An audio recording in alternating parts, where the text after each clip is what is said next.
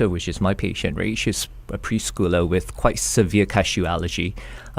She recently faced a life-threatening kind of reaction. Oh, wow. So you can imagine how scared stiff the mom was. And so she found that in this preschool, she found that the teachers and the classmates don't really understand what she's going through. Is just feeling like, why is this mom so uptight all the time about the food that the child eats? So that's why she was looking for a book to share with the school, with the daughter's classmates and teachers.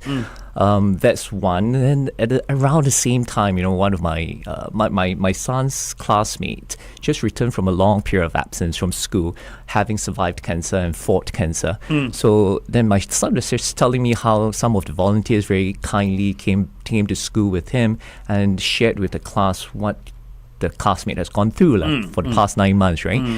To get him to transition better and all that. And I was asking him, how did they do that? How did they do the sharing and the explanations, right? So it's through PowerPoint slides. I just thought that how nice it would be if there was a storybook that they could use to share with the friends. So putting these two together, then I thought, I think we need some of these books, and when I search online, there aren't actually any locally. There are of course lots of these books overseas that you have to buy, but probably the context is not so relatable to our local children. So that's when I came together with a bunch of very passionate and dedicated, talented young doctors in KKH to come up with this set of books. It's amazing set of books. Titled the Baby Bear Paediatric Care Series. So there's a total of 12 books, right? That's right. But 4 have been released so far since October last year. That's correct. Right? Can you tell us about some of the books that's been released so far? Sure, So the 4 titles that are out would be on food allergy, children with obesity, children with asthma, as well as cancer, children cancer, one of the most common cancer, leukemia. So these are the 4 books that have been out. And I have co-authored the book on food allergy. Which is Millie and the Milk Disaster. That's right. You have brought the 4 books here with me today. Great. Yeah, so Millie is a monkey, the little monkey with a food allergy. Very cute. Tell us a little bit more about food allergies. I think it's become more prevalent, right, in recent years. We're just talking off air with FD. Do you think it's a recent phenomenon, and what's causing all these allergy in our kids? Yeah, it's true that the prevalence seems to be rising a lot more, right? Just 2 decades ago, we hardly see children with food allergies, and now literally daily in our clinics is packed with children with food allergies. And as to why this is happening, it's literally $1 million question as well, right? Okay, hold that thought because we're going to continue this conversation. The $1 million question. What causes food allergy? On Facebook, so join us there. Good times. Okay, we're on Facebook Live. The $1 million question. Why is it? I look at kids today, and I tried to do this with my kids so that they wouldn't be like this. I don't know whether I succeeded or not, but anyway. And I compare it to when I was a child. The kids today are almost sterile. Yeah. They are so clean. They are so hidden away from germs and bacteria. Does that affect them? I believe to a good extent, and what you're describing is essentially a very popular hypothesis known as the hygiene hypothesis. Right. Seemingly, we are kind of in these day and age, we are kind of too clean for our own good. So and there's quite a lot of scientific basis behind that theory. But probably that is not the only reason why children are getting more allergies today. I think there's a lot more factors in play. So it has to be multifactorial. That's why there's $1 million question. Part of it from the amount of antibiotics we're using these days. True. The food that we're eating is getting more and more processed these days. And the culture of introduction of food in terms of a delay in introduction of food rather than early introduction, which seems to be more protective, has been somehow lost along the way as well. So what are we saying? Are we saying that introduction of food being later, are we saying that we should be weaning children earlier? That's right, So really? I mean, standard is 6 months.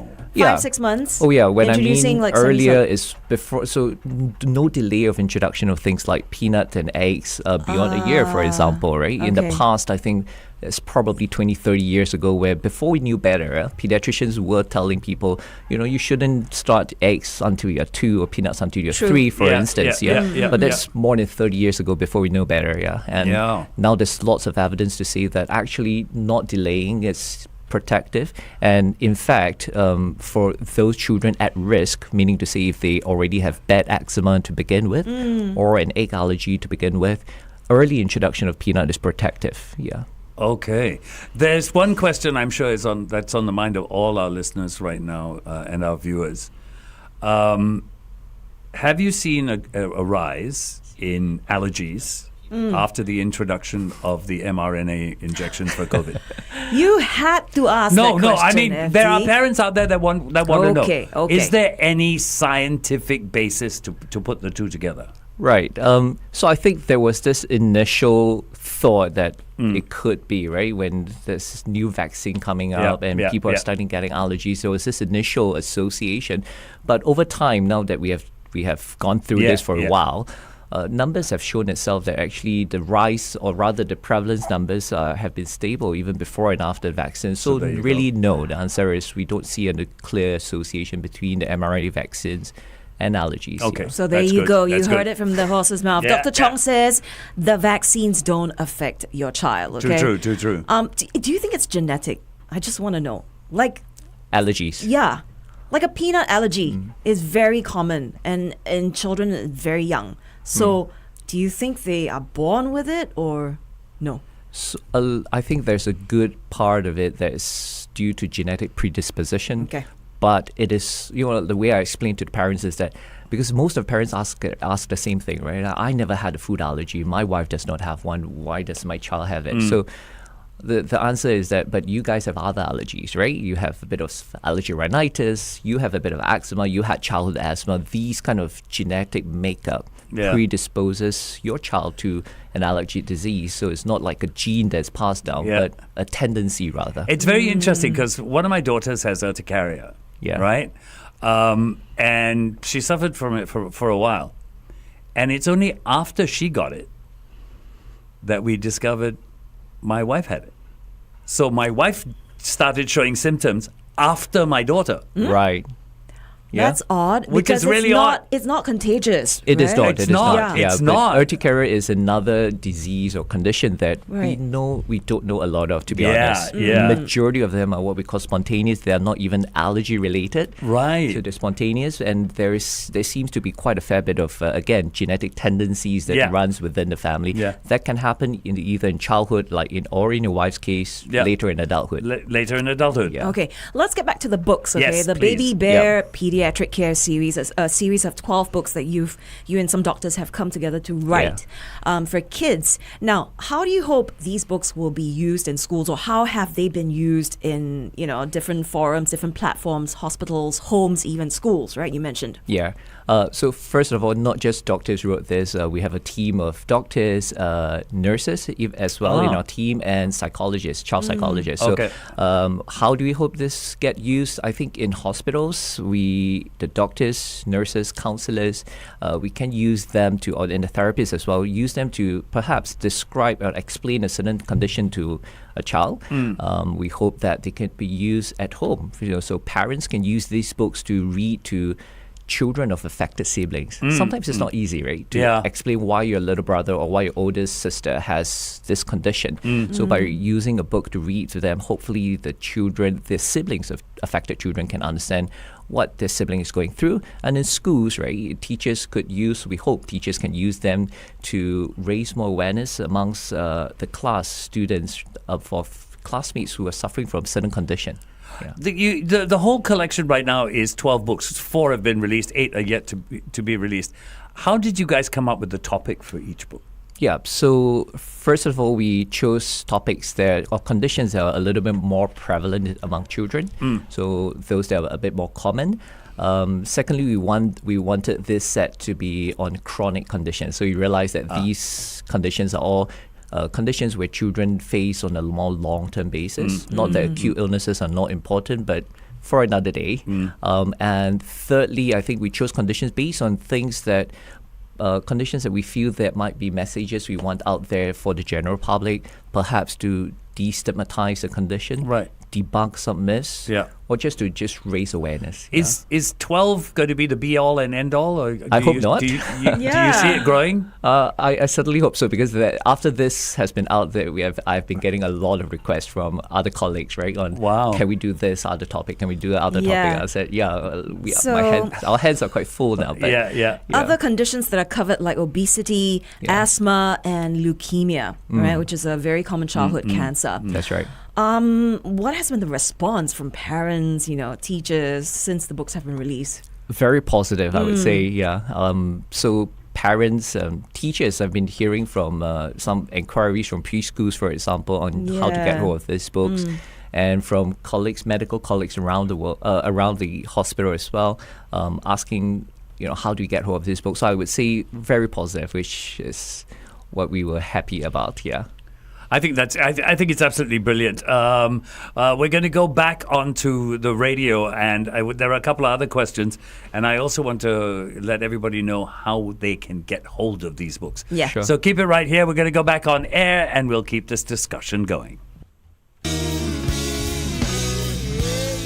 Sublime here on 1FM 91.3. Good Times, Greatest Hits at the Morning Drive with the Flying Dutchman and Carrie. And today joining us in the studio, we got Dr Chong, who is from KKH. He's the head and senior consultant there of the Allergy Services Department, right? Thank you for joining us, Dr Chong. Morning. So we've been talking about a whole lot, the books that you've written along with your colleagues at KKH.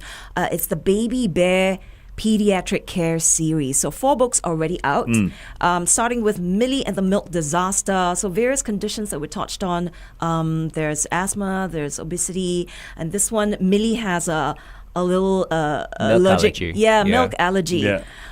So we're talking about the response and from parents, teachers, and all that. Where can I get my hands on these the books? Yeah. Right. How? So these books are available in all major bookstores, the brick and mortar bookstores, as well as all shopping online platforms as well.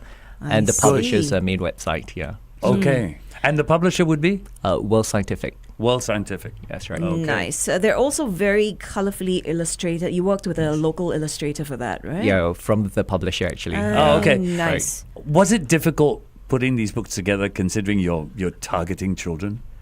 Yes, I think one reason is these conditions that we're trying to explain are complex. They're sometimes not even easy to explain to adults, much less children. So, so one of the challenges would be to try to make the story simple, easy to understand, but yet engaging, right? Yet engaging for the kids to want to read on and know further. And I think, importantly, all of us have not done this before. Yes. None of us. It's everyone's maiden attempt at writing a book. So for that, I must say, I'm very proud of the entire team who have put this together, because writing all these fantastic plots that not only share about the condition, but brings out important messages that we want to put across. It's a book. It's a storybook.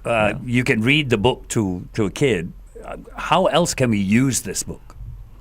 Well, in the hospitals, right, I think nurses, educators, therapists can use the books to explain certain conditions, complex conditions, even like diabetes, another book that's coming out to children.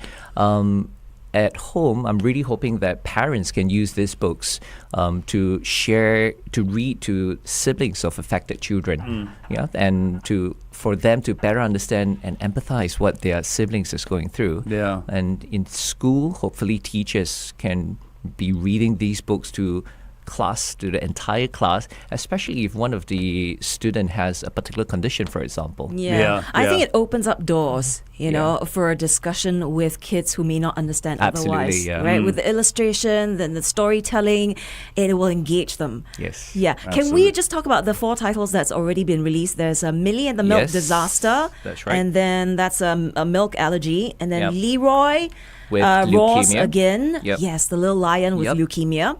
And then Maxine's big worry. She has her weight. Okay. Okay, that's weight. Yeah. All right. Okay. And Wallace, the whale with asthma. Oh, Wallace's song. Yeah. Very, very cute. So there you go. Get it at your, nearest bookstore or online. Yep. But thank you very much for joining us today, Thank Dr. you. Chong Kok Wee from KKH. He is the head and senior consultant of the allergy services there. Thank you very much. Thank It's you been for a having me. pleasure. It was Thank my you, pleasure. thank you. Yeah. The Morning Drive on 1FM 91.3.